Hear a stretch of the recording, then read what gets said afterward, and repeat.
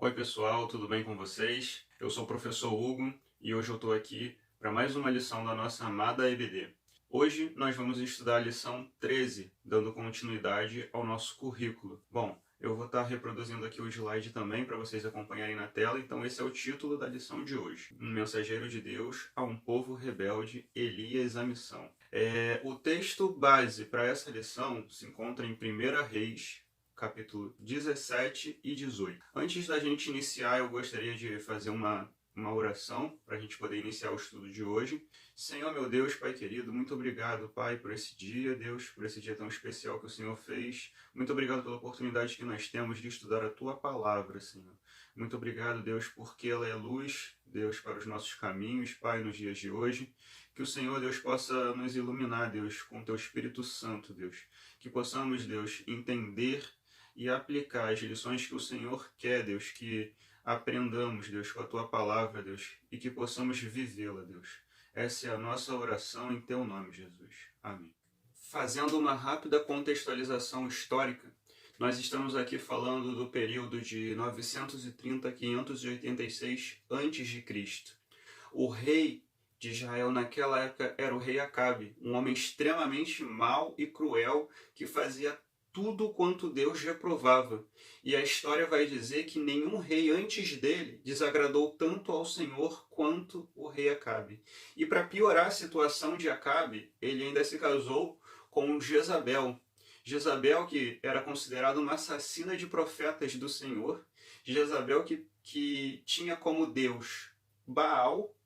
E com isso, Acabe construiu um templo para Baal e instituiu culto e adoração ao Deus Baal. E com isso, o povo de Deus, que antes pertencia ao Senhor, o adorava, prestava culto somente a Deus, ao nosso Deus, o único e verdadeiro Senhor, agora estava prestando culto a Baal. Deus ficou extremamente entristecido e furioso com toda essa história. E aí que entra Elias, né, nesse contexto. Deus envia Elias como um profeta dele, justamente para confrontar Israel a respeito da sua idolatria, que Deus tanto reprovava. Então, Elias, ele foi confrontar o povo de Israel a respeito dessa idolatria. Então, Elias era um profeta de Deus, que realizou muitos milagres naquela época, muitos milagres em nome de Deus, que deixou evidente o poder de Deus sobre a natureza, sobre outros deuses, e que deixou evidente também o poder de Deus sobre a própria vida de Elias. E Elias, podemos assim dizer, que era a luz de Deus num período sombrio da história. Então, pessoal, entrando já no texto, a gente pode dividir os dois capítulos que nós vamos estudar hoje da seguinte forma. Eu vou projetar aqui na tela para você acompanhar comigo. O capítulo 17, ele vai do 1 ao 24. Né? Aqui está o ministério inicial de Elias. São os 3 primeiros anos do seu ministério, a forma como Elias vai abordar Acabe, a forma como Deus vai prover o seu sustento e os milagres que Elias vai realizar em nome do Senhor aqui durante a sua missão. No capítulo 18, a gente tem um encontro entre Elias e os profetas de Baal. Aqui a chapa esquenta legal, aqui que é o grande confronto, o clímax da história está aqui nesse capítulo 18, entre esse grande encontro de Elias com os profetas de Baal. Dando sequência ao estudo, a gente vai ver aqui logo de cara, no capítulo 17, versículo 1, a mensagem inicial para iniciar esse confronto de Elias com Acabe a respeito da idolatria. Bom, eu vou ler aqui na minha versão, na NVI, e você pode acompanhar comigo aí na tela. Diz assim: Ora, Elias, o tesbita de Tisbe de Gileade, disse a Acabe: Juro pelo nome do Senhor, o Deus de Israel a quem sirvo, que não cairá orvalho nem chuva nos anos seguintes, exceto mediante a minha palavra. Você deve estar se perguntando, nossa, mas que mensagem inicial para abordar alguém a respeito de idolatria é um pouco estranha. Bom, mas no decorrer dessa lição, a gente vai concluir, né, a gente vai entender e concluir que essas foram as palavras estratégicas que Deus deu a Elias para dizer pessoalmente para Acabe, e a gente vai entender que essas foram sim exatamente as palavras que deveriam ser ditas para ele nesse momento. Tendo dito isto, Deus vai mandar Elias se esconder, ir para o leste, próximo do rio Jordão, que ali ele iria ter água para beber, e Deus iria enviar corvos com alimento para sustentar Elias. Um grande parênteses que eu queria abrir aqui nesse momento é o seguinte, que Israel era uma nação na qual tinha a obrigação, por lei, de sustentar os profetas do Senhor. Né? Mas não era isso que estava acontecendo ali naquele momento, porque Jezabel, a assassina de profetas, estava solta. Então, Deus, logo no versículo 2, você pode acompanhar, vai mandar Elias se esconder, né, ir para uma região mais afastada, aonde ele pudesse estar seguro, né, e se alimentar. Depois, ele vai mandar ele ir para a cidade encontrar uma viúva que iria prover o seu sustento, iria dar alimento para ele. E o curioso é que essa viúva que vai ajudar Elias era da terra natal de Jezabel, né?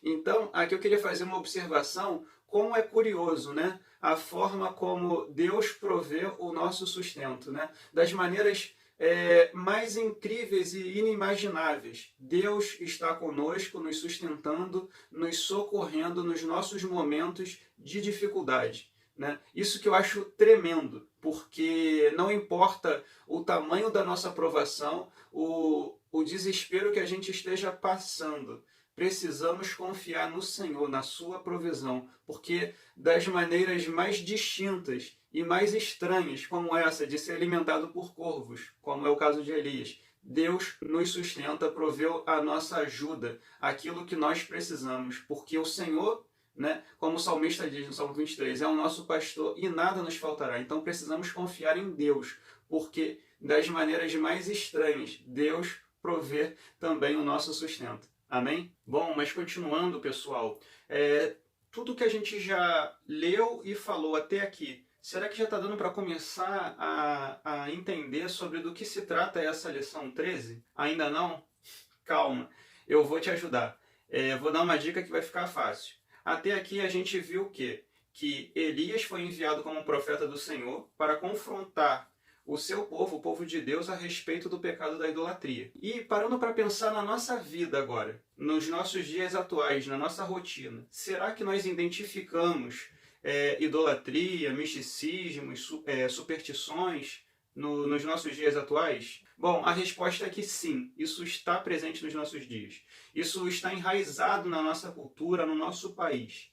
E não é nem um pouco estranho vermos hoje crentes que ainda acreditam em superstições, em ritos, em coisas que elas se sentem seguras ao invés de crerem 100% no Evangelho. Eu vou dar um exemplo para deixar isso bem claro. Eu conheço uma pessoa que ela não passa o Ano Novo sem estar vestida de branco. Ou seja, para ela passar o Réveillon com a família dela, ela não pode estar vestida de outra cor senão branco. E o que é isso? Misticismo, um exemplo de misticismo, de superstição. E aquele copinho de água na frente da televisão, aquele copinho ungido de água que o pregador pede para você pegar para orar junto com ele. Mais misticismo, mais um exemplo de superstição. E, sei lá, vamos pensar aqui mais um pouco. E aquele crente que lê horóscopo, que acompanha signo? Estranho, mais superstição, mais misticismo. E como esses, tem milhares de exemplos de práticas completamente místicas de superstição que não agradam a Deus. E aí eu queria te desafiar a colocar aqui nos comentários. Se você conhece alguma prática desse tipo, já ouviu falar, conhece alguém que pratica algum tipo de superstição, comenta aqui embaixo para a gente poder desmistificar todo esse misticismo e trocar tudo pela verdade do Evangelho. Beleza? Mas para isso a gente precisa reforçar a nossa fé numa única verdade e não nos deixar levar pelas fantasias que o mundo cria. Os profetas, bem como Elias naquela época, eram pessoas enviadas por Deus para levar esse alerta para o povo, para dizer para o povo o seguinte, que todas aquelas práticas, aqueles rituais, toda aquela idolatria, todo aquele misticismo, aquela superstição que o povo estava ali vivendo, na verdade todas essas práticas simplesmente afastavam o povo de Deus, afastavam o povo da aliança que Deus tinha feito com eles. E esse é um alerta para nós nos dias de hoje, sim. É preciso que a gente tenha muito cuidado com tudo isso, porque hoje nós precisamos diferenciar aquilo que é verdadeiro daquilo que é falso e saber que só o nosso Deus é o único e verdadeiro Senhor, que só o nosso Deus é o único e verdadeiro Deus. Nem sempre aquilo que vemos e ouvimos é de fato verdade. Muitas vezes acreditamos em muitas mentiras que nós nem percebemos. Hoje, nos nossos dias, há mentiras que são ditas como se fossem verdades absolutas. E as pessoas tentam nos fazer acreditar nelas, mas, de fato, nós precisamos ser muito criteriosos e avaliar tudo cuidadosamente antes de aceitar uma ideia que nos é apresentada. Para exemplificar isso que eu acabei de falar, vai estar passando na tela de vocês a foto de duas chaves. Uma é a original e a outra é a cópia. E eu queria levar vocês a pensar, né, em três coisas.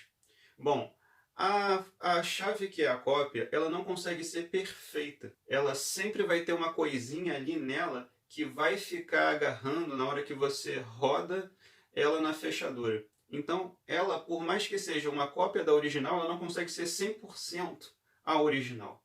E com o tempo ela vai ficando gasta, ela vai precisando de uma manutençãozinha ali, um polimento para ela continuar cumprindo a função dela, mesmo sendo só uma cópia. E reparem no seguinte, que ela é uma cópia feita sempre a partir da original, ou seja, para ela existir precisa ter uma chave mestre, uma chave original. E com Deus não é diferente. Hoje o mundo tenta nos vender um Deus barato, é uma cópia do original. Só que com o tempo a gente vai percebendo que falta algo a mais. Falta algo a mais nesse falso Deus que estão tentando nos vender. E a gente percebe que, na verdade, com esse falso Deus, a gente só tem uma falsa e temporária sensação de segurança. E aí que a gente percebe que esse Deus falso, ele não consegue ser um Deus original.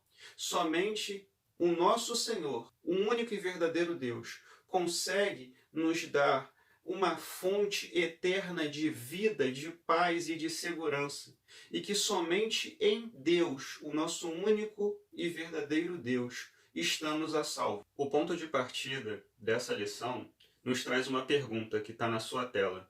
De Deus ou dos homens? Durante a monarquia em Israel, Deus enviou muitos profetas aos reis e ao seu povo como conselheiros, para lembrá-los da aliança que Deus tinha feito com eles, para que eles pudessem levar uma mensagem de alerta de Deus para eles, para que eles pudessem levar uma mensagem que fosse levar o povo ao arrependimento e tantas outras mensagens quanto Deus quisesse enviar ao seu povo ou aos reis através dos profetas. Um exemplo muito famoso que podemos colocar aqui é o exemplo do profeta Natã, que foi profeta do rei Davi. Quem se lembra da história? Que Natã foi o profeta que expôs o pecado de Davi que ele cometeu com Betseba. E essa exposição que Natã fez para Davi foi uma mensagem de Deus para que Davi fosse levado ao arrependimento. E foi exatamente isso que aconteceu. Davi teve um arrependimento genuíno, tanto que ele escreveu o famoso Salmos 51. Então, esse é um exemplo como tantos outros que nós temos na Bíblia de profetas que foram levantados por Deus para serem conselheiros espirituais dos reis, né, do povo. E toda vez que um rei quisesse saber a vontade de Deus para uma determinada situação que ele estivesse ali vivendo, eles chamavam os profetas de Deus para ouvir a voz deles, para ouvir o direcionamento que eles tinham para tomar determinada decisão. Agora, naquela época, existiam falsos profetas, pessoas que não queriam correr o risco de serem mortos por dizerem a verdade, porque muitos foram presos, torturados e mortos por tão simplesmente dizer a verdade. Mas tinham aqueles com a fala mais mansa, querendo, né, tomar uma despertalhão e tal, que falavam só aquilo que os reis queriam ouvir. aquilo que o povo queria ouvir, aquilo que agradava os ouvidos deles. E esses só buscavam os seus próprios benefícios. Agora, trazendo isso para a nossa realidade, será que é muito diferente, né? Aquilo que aconteceu no passado, será que está acontecendo isso hoje também? É certo que sim. Hoje nós temos falsos mestres, né? Além de falsos deuses que as pessoas têm levantado, há falsos mestres vendendo uma mensagem do evangelho falsa, deturpando a mensagem de Deus, a mensagem do verdadeiro evangelho de Jesus Cristo, por um evangelho açucarado, por um evangelho que vai agradar as pessoas, que vai dizer aquilo que as pessoas querem ouvir, mas que não é a verdade. E é exatamente com isso que nós precisamos tomar muito cuidado, para que nós não sejamos enganados por esses falsos mestres, por essas pessoas que estão levando uma mensagem fantasiosa do Evangelho, né? Podemos ver pregadores, sabe, esses pregadores famosos, engraçados, comediantes, que têm vários seguidores.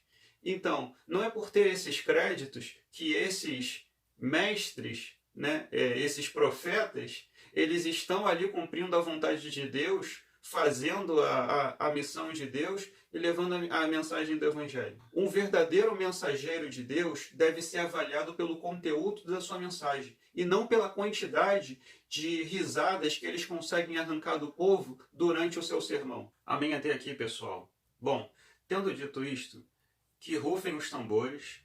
Pessoal da produção, cenário de ringue na tela, porque a batalha vai começar. É isso mesmo. A partir de agora, a lição ela vai ser dividida em 3 rounds, como se fosse uma luta de boxe mesmo, tá?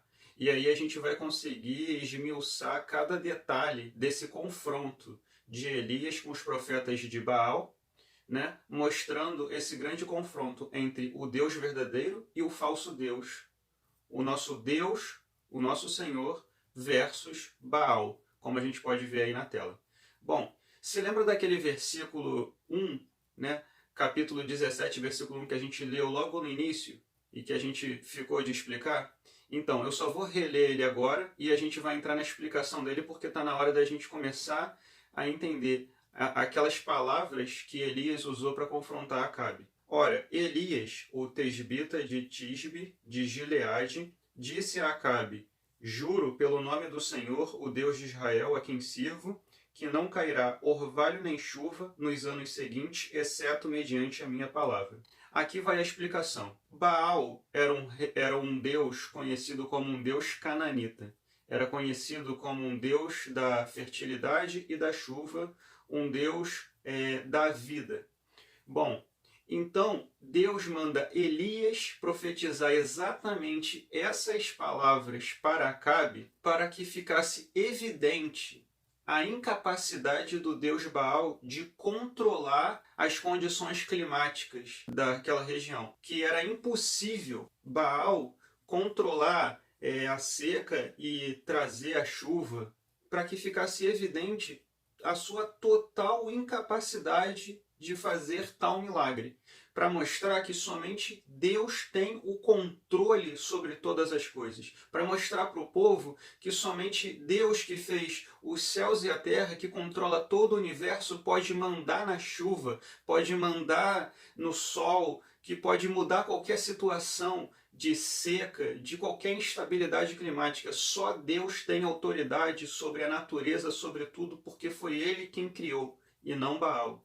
Então, foi exatamente por isso que Elias tinha que levar essas palavras a Acabe, essas palavras de confrontação, essa profecia, que uma grande seca viria, para que ficasse evidente que Baal não podia fazer absolutamente nada sobre isso para ajudar o povo.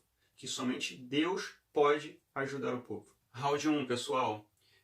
Nós lemos no capítulo 17 que depois de algum tempo Elias foi para a cidade e ficou hospedado na casa de uma viúva. E lá ele pediu comida para ela. Mas ela disse: meu senhor, eu não tenho muito para lhe dar. Eu só tenho um pouco de farinha e um pouco de óleo.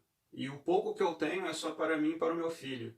E aí eu queria ler a resposta de Elias junto com vocês na tela. Ele disse assim, pois assim diz o Senhor, o Deus de Israel, a farinha na vasilha não se acabará e o azeite na botija não se secará até o dia em que o Senhor fizer chover sobre a terra. Ela foi e fez conforme Elias lhe dissera, e aconteceu que a comida durou todos os dias para Elias e para a mulher e a sua família. E aqui fica claro que somente Deus pode prover o nosso sustento. Deus é quem nos sustenta, é quem provê suprimentos, é quem provê o nosso alimento, é quem supre todas as nossas necessidades. E aqui a gente vê nesse primeiro round Deus superando todas as expectativas, né, daquela família, porque eles já tinham se esquecido de Deus, do Deus verdadeiro, e Baal não teve lugar ali. Baal não poderia fazer nada para ajudar aquela família, mas Deus sim.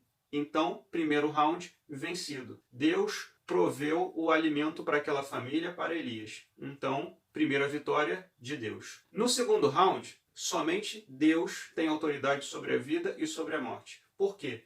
Depois, lendo os versículos adiante, a gente vai ver que o filho daquela viúva ficou enfermo, ficou muito doente e veio a falecer. E aquela mulher fica desesperada e vira para Elias, né? E pede alguma ajuda para ele. E ele vai fazer. E eu queria ler com vocês o versículo que está na tela, que diz assim: Então ele se deitou sobre o menino 3 vezes, Elias, tá? Se deitou sobre o menino 3 vezes e clamou ao Senhor: O Senhor, meu Deus, faze voltar a vida a este menino. E a gente vai ver no decorrer do texto que esse menino volta a viver, né? E a gente pode ver um milagre sendo feito aqui na vida desse menino, né? Mostrando que somente Deus tem autoridade sobre a vida e sobre a morte. Baal, né? Aquele ao qual eles acreditavam que tinha algum poder sobre a vida, sobre fertilidade, sobre alguma coisa, não poderia fazer nada. E não fez nada. Tanto que somente Deus foi presente ali naquele lar e trouxe a vida àquele menino, porque a vida vem de Deus. Somente Deus é o provedor de toda a vida. E Ele tem autoridade sobre a vida e sobre a morte. Bom, pessoal, e agora a gente vai entrar aqui no terceiro round, o confronto final. E você pode ler depois com calma todo o texto, mas aqui eu destaquei alguns versículos chaves para a gente ir comentando. Acabe convocou então todo Israel e reuniu os profetas no Monte Carmelo.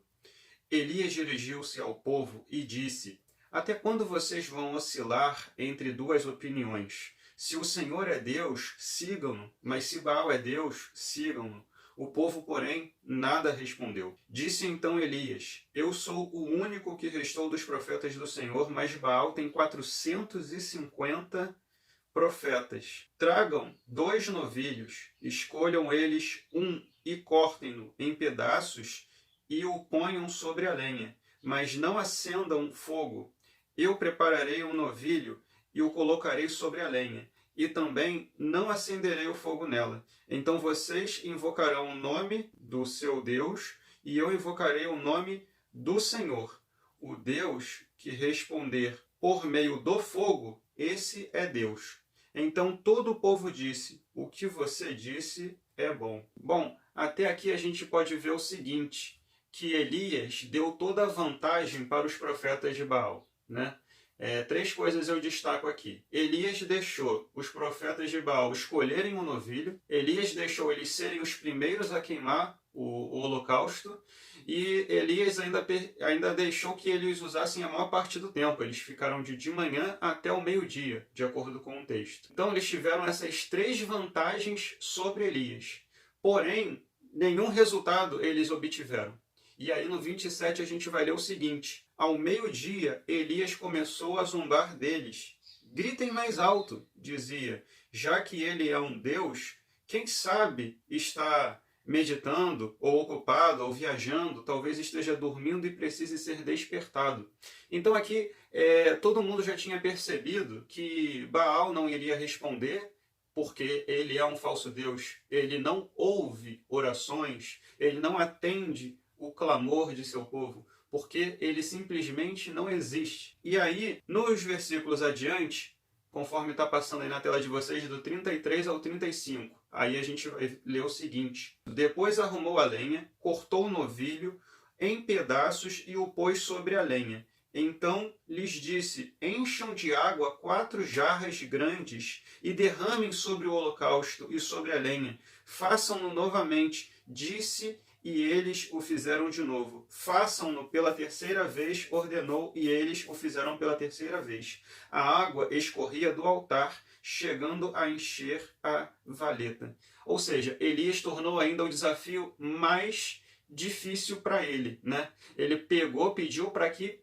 colocassem jarros de água sobre o novilho, sobre o holocausto. Por quê? O fogo não iria acender num holocausto ali encharcado de água. Para provar mais uma vez o poder de Deus, né? Para dizer que Deus tem poder sobre todos os elementos da natureza, sobre qualquer coisa. Então, olha o que acontece. Do 36 ao 38. A hora do sacrifício. O profeta Elias colocou-se à frente e orou ao Senhor: Deus de Abraão, de Isaque e de Israel, que hoje fique conhecido que tu és Deus em Israel e que sou o teu servo e que fiz todas estas coisas por ordem tua. Responde-me, ó Senhor, responde-me, para que este povo saiba que tu, ó Senhor, és Deus, e que fazes o coração deles voltar para ti. Então o fogo do Senhor caiu e queimou completamente o holocausto. A lenha, as pedras e o chão também secou totalmente a água na valeta. E depois a gente vai ver que o povo reconheceu o poder de Deus e o louvou. E disse: esse é sim o verdadeiro Deus.